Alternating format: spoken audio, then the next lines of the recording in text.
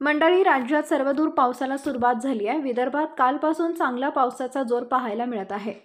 पंजाबरावांच्या मते महाराष्ट्रात आज आणि उद्या म्हणजेच 29 आणि 30 जून रोजी काही ठिकाणी जोरदार पाऊस होणार आहे.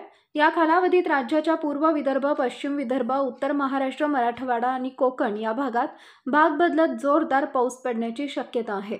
या कालावधीत राज्यातील वाशिम, वर्धा, नागपूर, बुलढाणा, गोंदिया, भंडारा, अमरावती, अकोला, परभणी, जळगाव, जालना, बीड, नाशिक, धुळे, अहमदनगर, कोकण, नंदुरबार या भागात पावसाची तीव्रता थोडीशी जास्त राहणार आहे. राज्याच्या उर्वरित भागातही पाऊस पडणार आहे. विदर्भ आणि मध्य महाराष्ट्रात हलक्या पावसाची नोंद झाली तर कोकण आणि घाटात मुसळधार पाऊस झाला. IMDनुसार या प्रदेशांमध्ये 3 जुलैपर्यंत जोरदार ते मध्यम पाऊस पडत राहील.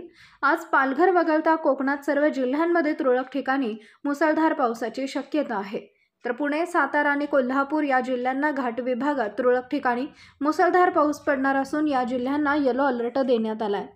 हवामान विभागानुसार यंदा देशात सरासरीच्या 106% पाऊस असल्याची शक्यता असल्याचा अंदाज आहे. तसेच महाराष्ट्रातील बहुतांशी भागात सरासरीपेक्षा जास्त पावसाची शक्यता अधिक असेल असा हवामान विभागाने अंदाज स्पष्ट केला आहे.